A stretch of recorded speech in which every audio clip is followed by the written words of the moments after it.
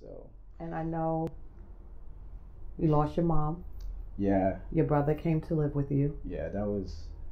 And then, as I came to meet you, you were hit again. Oh, I got hit. I got hit twice. Twice. I got hit twice this year. Within months. Within months. COVID came about and destroyed and wreaked havoc in 2020. Yeah, so 2020 has been I don't know how to describe it, but it's been a learning curve. A year of loss for me. February, I lost my dad. And that was sudden. He was healthy. And he was again, everything. And then I know it's not easy. Yeah, it's not. And that really broke me. So, and that was in South America. I went back and tried to get everything right. And I came back here just before they put a ban on flight restrictions. Okay. So I was able to get back here to the U.S. And after that, 4 months down the road, I lost my daughter's mom, and that one destroyed me.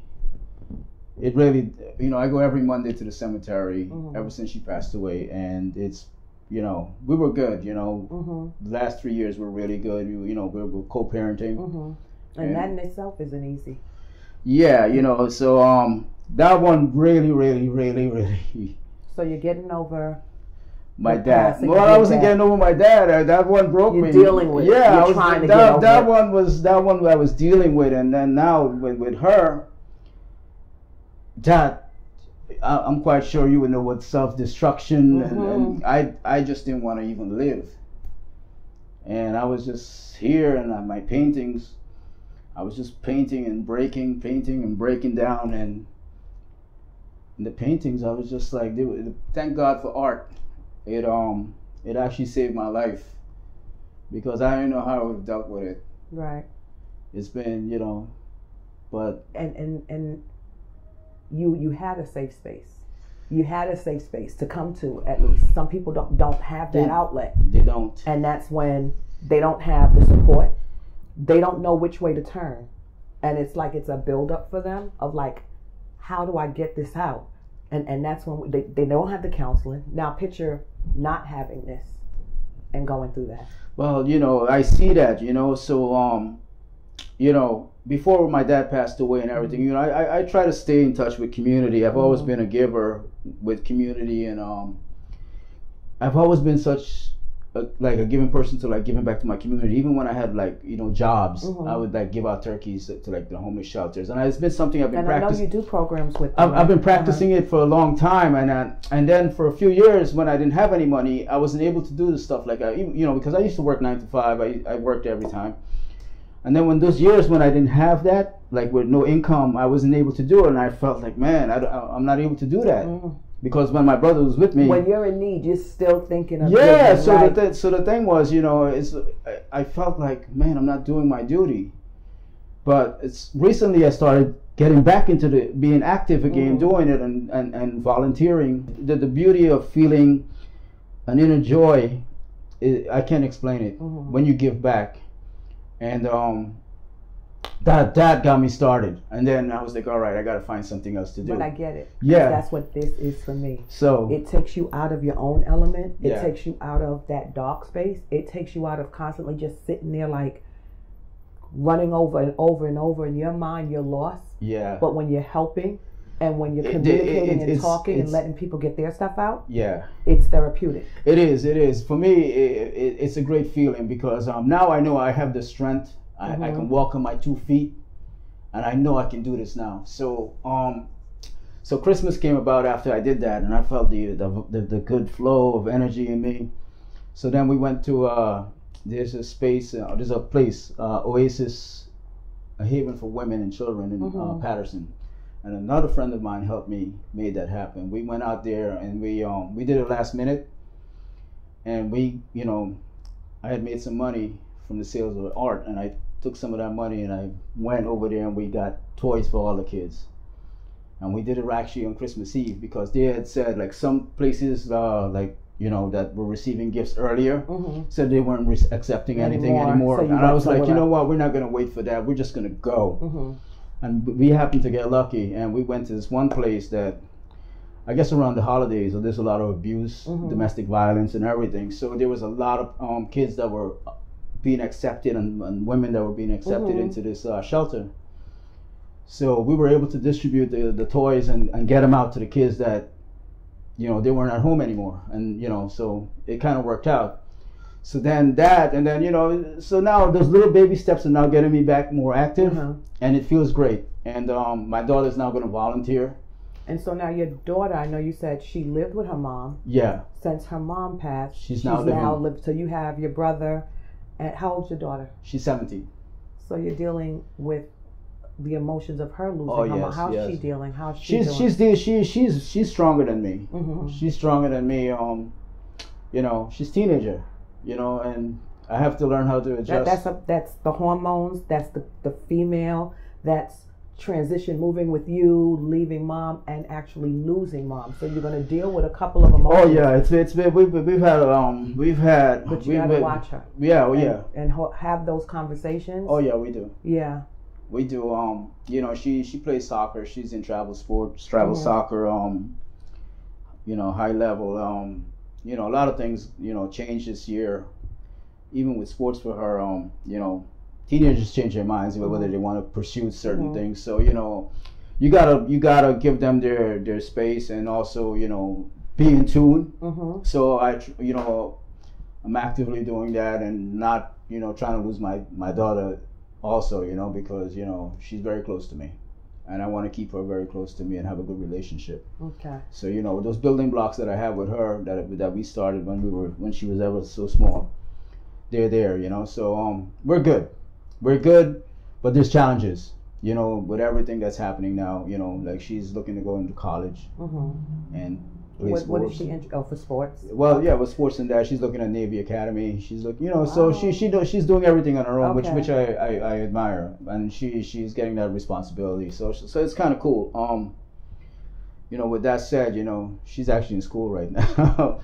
What will the holidays look like with you? And like, as you say, she lost her mom. These will be her first holidays without her mom. Yeah, well, the thing is, you know, we have a good bond. So like with the holidays, we've always been together for the holidays, and we cook together.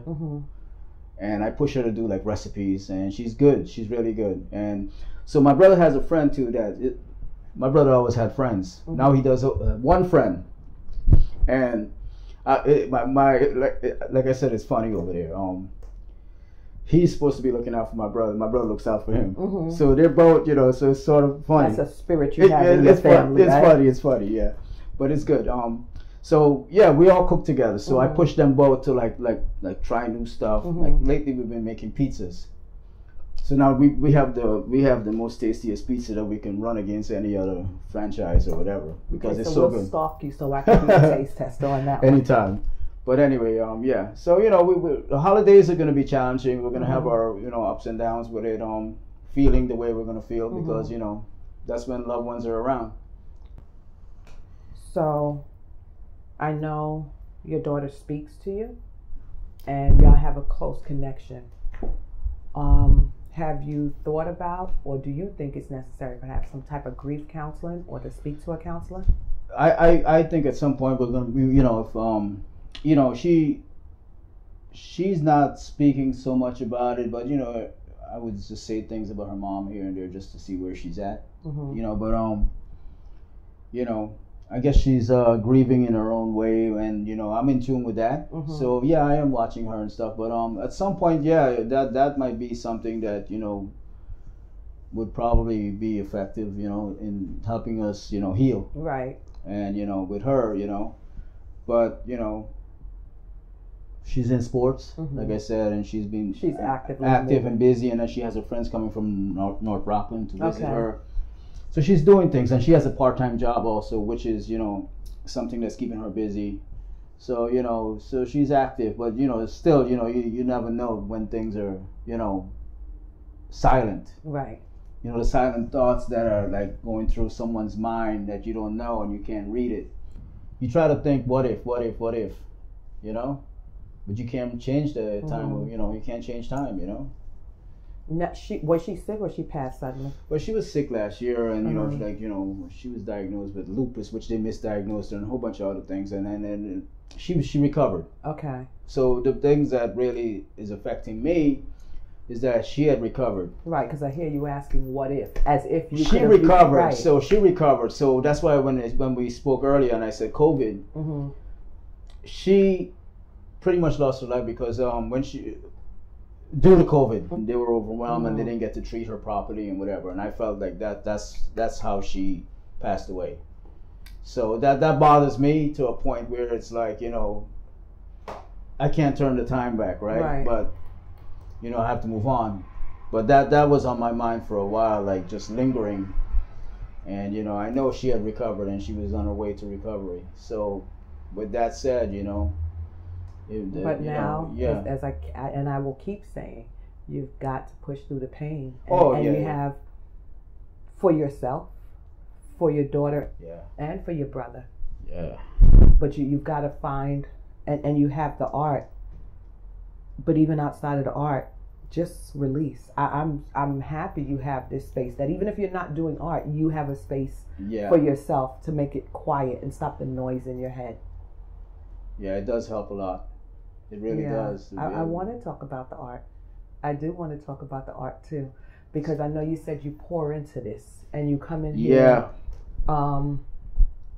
We saw the rooftop, an amazing view, Yes, and you said sometimes you're here at 4 a.m. 4:30 to watch this sunrise. Yeah. And you go up to the roof. Go up to the roof. And you said there are days that you can be here at 4:30 until 2 a.m. 2 a.m. Yeah. When you're flowing, the creative energy is a different energy from when you're just like waking up or whatever. You don't get tired. When you have creative energy, it's I can't explain. It's just something new to me that I'm discovering also. It's a flow of excitement, and when things are going and you're seeing it process and just how it's coming along, and then you just want to go, and then you're looking at the time or the clock, and you're like, let's do it. Right. So you just keep going. I've always been like that go-getter type too, like, let's do it, like push the envelope a little bit to see how, but there's times I push the envelope when I'm flowing, and then it's like, oh man, I just made a curve there that I'm not happy with. Right. And I'm like I've seen pieces and I'm like, oh, this is a nice finished piece. Yeah. And you're like, that's not finished. And even when I went on your Instagram page, to see it in person is totally different than its Instagram page. It's art and it's pretty. Tell me the finishes on these sets that we have. So, I use so I'm using a lot of broken glass in my paintings because I've been broken in so many pieces. Broken a lot of times, and being broke too. So I feel I came up with this idea of why not try to use something that kind of like identifies, so when people ask you like, why are you using this material, and that could be my answer, and it actually works. It makes sense. It works very well. That. So I kind of went with it. I might have. Yeah. I kind of went with it, and so I used a lot of broken glass, and I kind of liked it. I was using coffee at first for textures, and coffee actually worked really well, and sort of like a sandy texture to give it a 3D pop. But I found with the glass, it works better. So I got rid of the coffee and I use glass. I use metals, and what's this? What, like I see it on a few pieces. This piece here, what is this? That's metals. Yeah, okay. I just burn it into it. Yeah, I melted into it. Yeah, that was like a science project. Yeah. Mercury pieces. Yeah, that's what it looks like, right? So I burn metal into it. See, I didn't do too bad in school. Yeah, I paid attention a little. So we use, so I use I'll be honest with you, and so I'm using recycling products to like do art, so that way take some of the load off the environment. So still giving. Yeah, so that's what I'm doing. And then how is this finished? This shiny. So I use a Gamvar. It's a gloss, and then I do I top it off with epoxy. But and give it 2 extra pops. It is really Yeah. like, follow him on Instagram, get his information. When I came the first time, most of his art was gone because I know you said you had all these pieces. Yeah, we had some really cool stuff here. I